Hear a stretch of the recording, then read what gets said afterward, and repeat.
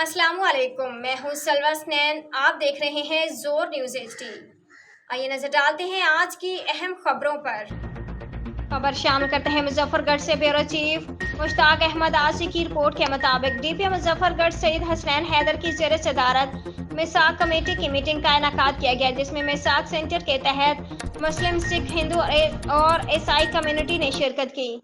District police officer Muzaffargarh Syed Hasnain Haider की ज़ेर सदारत दफ्तर पुलिस में मिसाक कमेटी की मीटिंग का इनेकाद किया गया, जिसमें मिसाक सेंटर के तहत मुस्लिम, सिख, हिंदू और ईसाई कम्युनिटी ने शिरकत की। मिसाक सेंटर की मीटिंग में ईसाई बरादरी से पादरी राना इरफान कनूल, फादर मकसूद नजीर, रफ़ी जलाल, बाबू बशारत भोटा, हारून सैमुअल, परवेज स्टीफन, सिख बरादरी से बिसंत सिंह, लाला सिख दास, मुस्लिम कम्युनिटी से सैयद गजरफर अब्बास नकवी, फयाज हुसैन जाफरी और सदर अमन कमेटी मौलाना अब्दुल माबूद आज़ाद ने शिरकत की।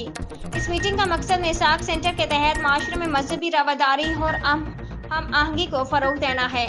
इस मौके पर DPO सईद हसनैन हैदर का कहना था कि अक़लीतियों के तमाम सहूलियात मिसाक सेंटर पर फ्राहम की जाएंगी। मिसाक सेंटर का मकसद अक़लीतियों के तमाम तर अमूर एक ही छत के नीचे ज़ेर बहस लाए जाएं और इधर ही उनको तमाम तर सहूलियात फ्राहम की जाएं। मजीद सैयद हसनैन हैदर का कहना था कि मुल्क पाकिस्तान की तरक्की और सलामती के लिए अदम बर्दाश्त का रवैया तय करना होगा, ताकि अदम बर्दाश्त हमारे मुल्क की तरक्की में रुकावट का बायस न बने। मुश्ताक अहमद आसी, जोर न्यूज़ मुजफ्फरगढ़। आज के लिए इतना ही। मजीद खबरों और अपडेट्स के लिए देखते रहें जोर न्यूज़ HD।